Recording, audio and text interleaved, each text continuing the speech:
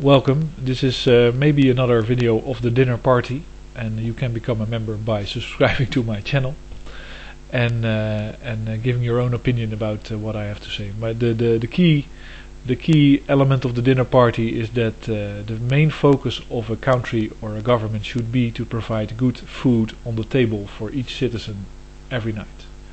Good nutritious food. And it's amazing how complex and nutritious apples and pears and fruits and whatever you can grow in your own garden if you have one are, and how much they make you, let's say, your mentality and your physique and your body function better than every industrial product that's being produced out there, because they all contain either saturated fats or colorings made out of burnt nutshells or whatever rubbish you can find. It's unbelievable. And you don't need all that. You need to have a good meal every night in a warm place.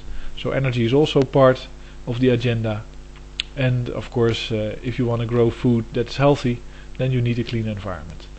So, but those are the main issues. And it's funny because I talked to somebody about companies in the third world and about developing countries of companies in Suriname and such.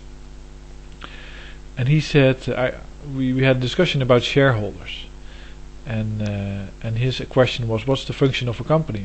And my reply was, well, to provide income to the employees. Of course, it's a cooperation, or let's say a way to work together.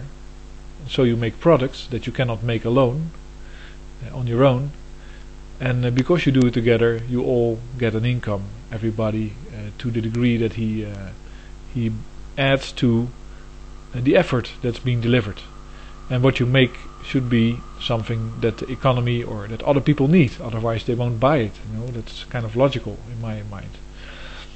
And he said, no, of course not. It's to serve the shareholders. Of course, there's lots of companies that do not have shareholders, but if you think about it in his way, shareholders are for profits, so they are for minimizing cost and maximizing revenue of a company, which you can have. For instance, if you make chocolates and you sell them, you could have lots of people melting the chocolate and putting them in the boxes, but you could also have these flexible robots that pick up the chocolates very quickly, put them in the boxes, and you will never have all those women that used to do that in Holland. We used to have cookie factories of verkade that were famous for being almost like intensive chicken farms in terms of the number of women that were working there. I'm not trying to be denigrating towards women. I apologize for that. It's not what I intended, but it was just a very labor-intensive thing to do, packaging all those chocolates. But you can do that with robots, and shareholders want that done because that increases profits. And of course, they want a good investment vehicle, because the more people invest in a company, the higher the stock price will be. So that's how you see a lot of products on the market that are complete crap, because they are investment vehicles. Because somebody said, if I make this new vacuum cleaner, it will sell for 55 billion, and you better invest in my company, and then I'll make you rich. And people do that, and the company goes public, and it's all a big hoax, and nobody gets rich, and the product is crap. But in the whole process, banks got rich, and the primary investors, of course, made a big profit.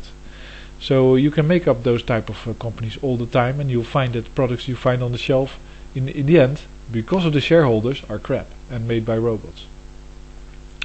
If you look at it that way, then of course putting shareholders first is nothing more than an excuse of the CEOs of these companies to make as much money as they can, because they just serve the people with the money. That's what they do, and they serve the shareholders because those people have the money. And what happens to the company, it doesn't really matter, and what happens to society as a result also doesn't matter. They don't care about it, and it should be turned around. So I guess what I wanted to say is that you should maybe a good idea is to turn shares into something like bonds, with a fixed time that you have to own them. So you cannot trade them on a nanosecond time frame, but you have different types of shares that are basically bonds. So you can only trade them once every year, or once every 2 years, or once every 5 years. And that would take the whole speculative element out of the shareholdership, but it would still allow people to invest in companies that they think are useful to society. And I think that would be a much better organization. And if the primary goal of the society is to provide enough nutrients and food and shelter and energy for its citizens, then it would be a society worthy of leadership by the dinner party.